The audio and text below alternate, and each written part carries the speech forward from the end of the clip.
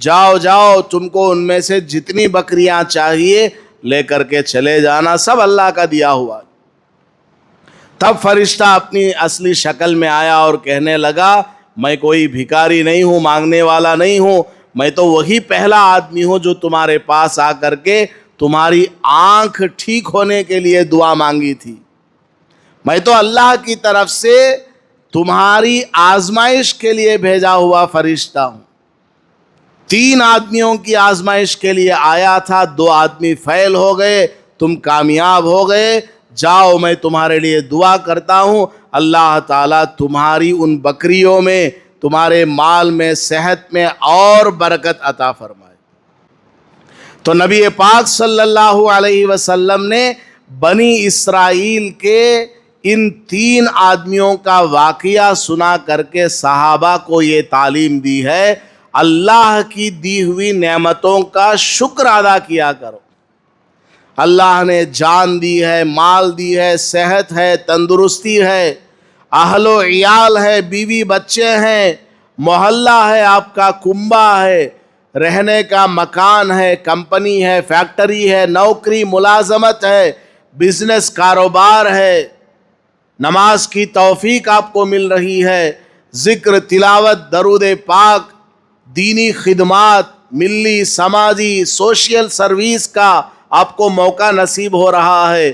جو بھی اچھا کام آپ سے ہو جائے اس کا شکریہ ادا کریں۔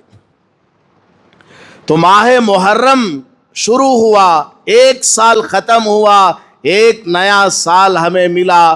گزشتہ 1 سال میں ہم سے جتنے اچھے کام ہوئے ان کا شکریہ ادا کرنا، یاد کر کر کے اللہ تعالیٰ کا شکریہ ادا کرنا، گزشتہ سال میں مجھ سے کتنے اچھے کام ہوئے۔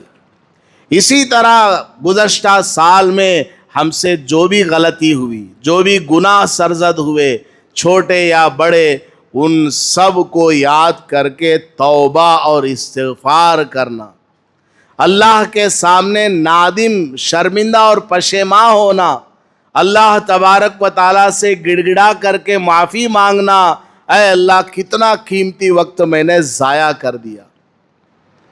گزشتہ 1 سال گزرا، اس میں نے فلاں وقت ضائع کر دیا، کتنا اچھا ہوتا کہ میں نے قرآن پڑھا ہوتا، ذکر کر لیا ہوتا، درود پاک پڑھا ہوتا۔ سورہ فاتحہ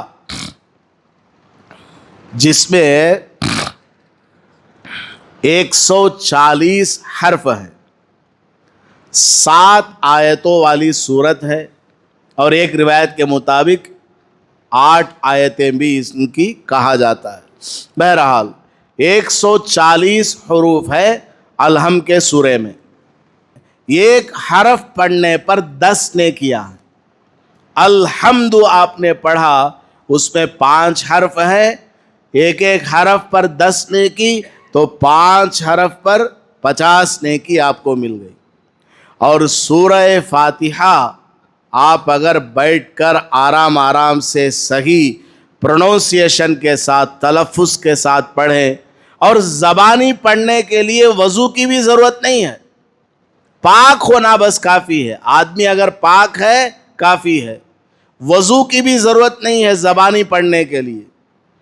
الحم کا سورہ اگر آپ پڑھنے بیٹھ جائیں، 1 منٹ میں کم سے کم 5 مرتبہ آپ الحم کا سورہ پڑھ سکتے ہیں۔ سورہ فاتحہ، آپ گاڑی میں جا رہے ہیں، ایک جگہ سے دوسری جگہ 1 منٹ کی جرنی ہے، یہاں سے پڑھنا شروع کرو، 1 منٹ میں وہاں پہنچ گئے، اتنے میں 5 مرتبہ کم سے کم سورہ فاتحہ آپ پڑھ لیں گے۔ اور کتنا ثواب ملا؟ ایک بار سورہ فاتحہ پڑھنے پر اس میں 140 حرف ہے کم از کم، ایک حرف پر 10 نیکی، تو 1400 نیکیاں آپ کو مل گئی ایک بار سورہ فاتحہ پڑھنے پر۔ 5 مرتبہ پڑھ لیا تو 1400 انٹو 5 آپ حساب لگائیں گے تو 7000 نیکیاں آپ کو مل گئیں۔ 1 منٹ میں 7000 نیکیاں آپ کو مل گئیں۔ اور دن بھر میں کتنے گھنٹے ہیں؟ 24 گھنٹے، اور ہر گھنٹے میں کتنے منٹ؟ 60 منٹ ہے۔ ایک گھنٹے میں 60 منٹ، ایک دن میں 24 گھنٹے، تو 24 گھنٹوں میں ان 60 منٹ کا حساب لگائیں گے تو ٹوٹل تقریباً 1400 یا 1440 منٹ آپ کو ملیں گے۔ اب ایک منٹ میں آدمی 7000 نیکی کما سکتا ہے، تو 24 گھنٹے میں کتنے منٹ ہے، کتنی نیکیاں کما سکتا ہے، اندازہ لگا لیجیے۔ ہم بیٹھے بیٹھے کتنا وقت ضائع کر دیتے ہیں۔ سورہ اخلاص نبی پاک صلی اللہ علیہ وسلم نے ارشاد فرمایا، سورہ اخلاص کو 3 مرتبہ پڑھ لیں گے تو ایک قرآن پڑھنے کا ثواب مل جائے گا۔ اب ایک آدمی بیٹھا بیٹھا سورہ اخلاص قل هو اللہ احد پڑھنا چاہے گا تو ایک منٹ میں 10-12 مرتبہ پڑھ لے گا۔ 12 مرتبہ اگر اس نے پڑھ لیا تو 4 قرآن پڑھنے کا ثواب مل گیا ہے ایک منٹ میں۔ ایک منٹ میں 4 قرآن پڑھنے کا ثواب اس کو مل گیا۔ ایکچول جو قرآن ہے سورہ فاتحہ سے لے کر سورہ ناس تک، اس کو بیٹھ کر کے پڑھیں گے 5-6 گھنٹے لگے گا کمپلیٹ اگر پڑھنا چاہے حافظ۔ معمولی آدمی بھی پڑھنا چاہے 10-15 گھنٹے اس میں لگیں گے۔ لیکن سورہ اخلاص کو آپ نے 3 مرتبہ پڑھ لیا تو آپ کو کتنا ثواب ملے گا؟ ایک قرآن پڑھنے کا ثواب مل جائے گا۔ تو ایک منٹ میں آدمی 10-12 مرتبہ یعنی 4 قرآن پڑھنے کا ثواب حاصل کر سکتا ہے۔ ہم نے اپنی زندگی میں کتنے منٹ ضائع کر دیے اندازہ لگا لیجیے۔ لوگوں کے ساتھ بیٹھے بیٹھے فالتو کی گپ شپ میں، بیکار کی باتوں میں کتنا سارا وقت ہمارا ضائع چلا جاتا ہے۔ اور بیکار کی گفتگو ہو جس میں نہ دنیا کا فائدہ نہ آخرت کا فائدہ، تب بھی چلو چلتا ہے، لیکن اس میں غیبتیں ادھر ادھر کی، ان کی برائیاں، ان کی چغل خوری، اس میں گناہ بھی مول لیا، وقت بھی ضائع کیا، زبان کو بھی تھکایا اور دل و دماغ کو بھی اس کی طرف ڈائیورٹ کیا اور گناہ بھی اوپر سے مول لیا۔ کیا فائدہ ہوا؟ مفت میں گناہ مول رہا۔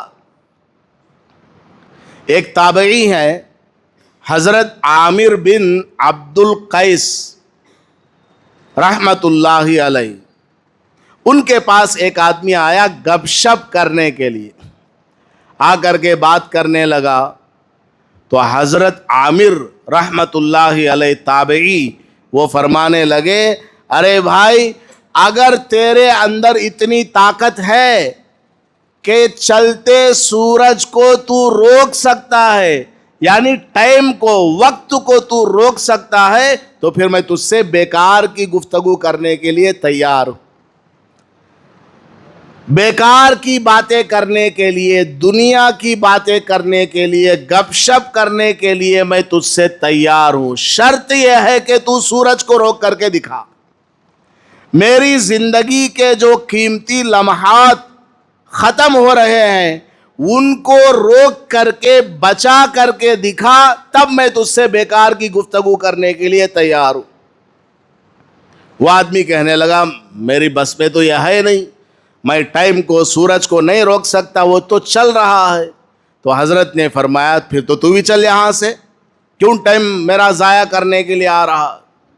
میری زندگی کا ایک ایک لمحہ، ایک ایک سیکنڈ، ایک ایک منٹ قیمتی ہے، ایک ایک سانس قیمتی ہے، اس میں کچھ فائدے والا کام کر لو، چاہے دنیا کا فائدہ ہو، دین کا، آخرت کا فائدہ ہو، کچھ فائدے کا کام میں کر لوں گا، تو میرا وقت ضائع کرنے کے لیے یہاں مت رہنا، نکل جانا یہاں سے۔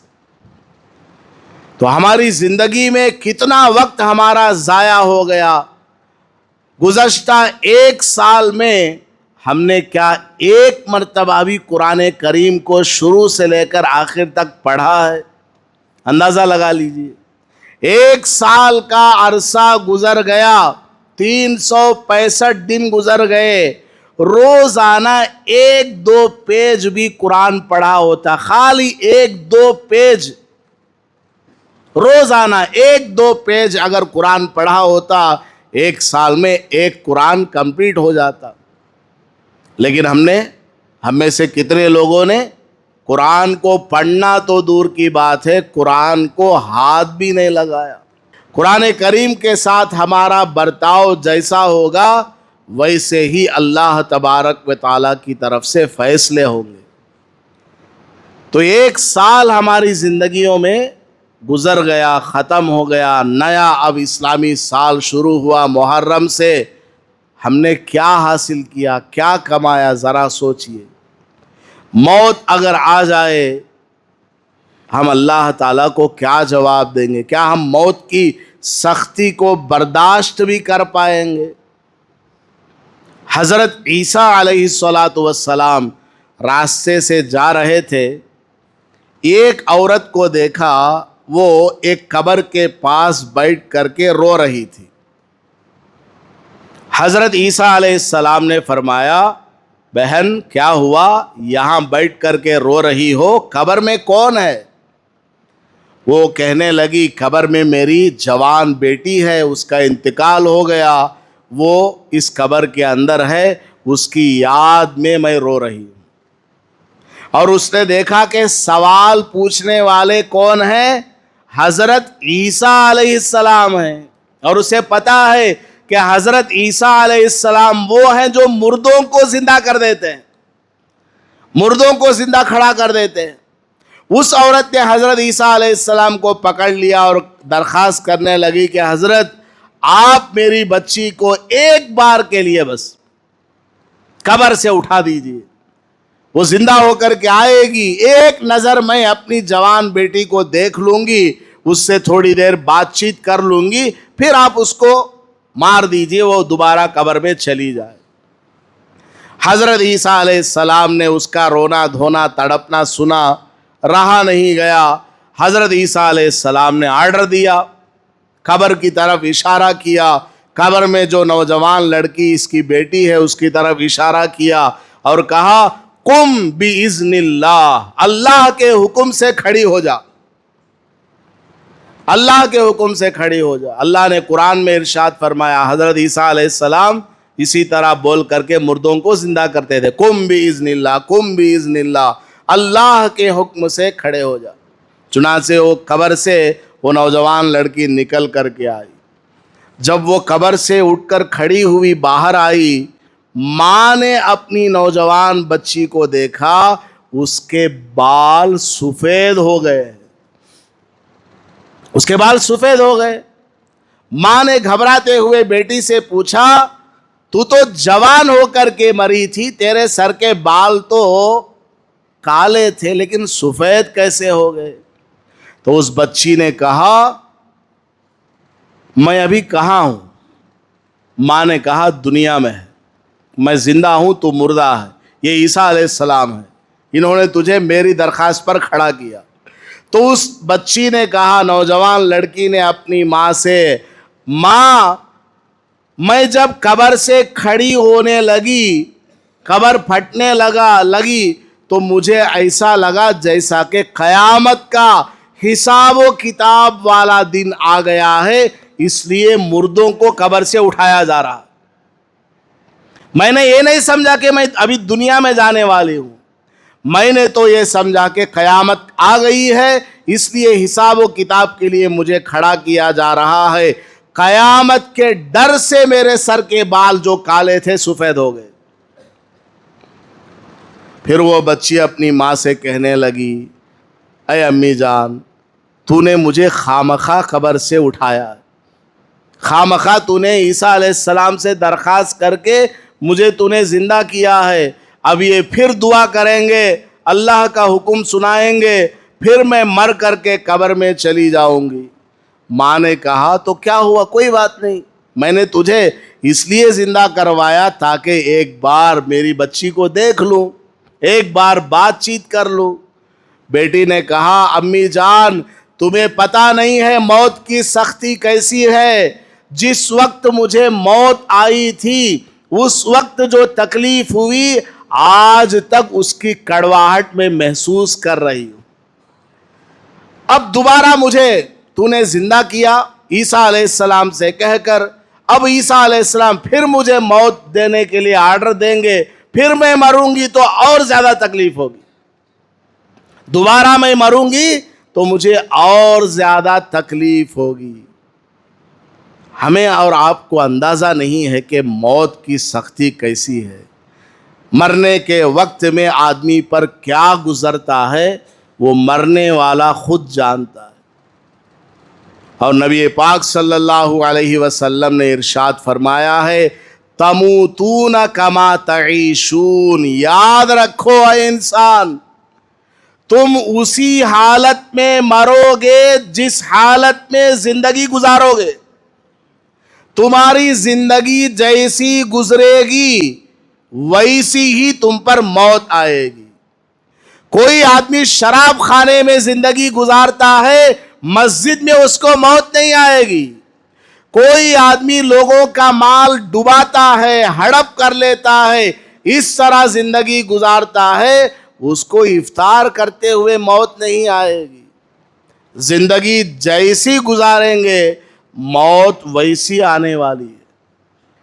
اس لیے ہمیں اپنی زندگی کو صبح شام کو رات دن کو نیکی میں گزارنا چاہیے۔ نیا سال ہماری زندگی میں آیا، محرم اسلام کا پہلا مہینہ، ایک نئی زندگی گویا ہمیں ملی ہے۔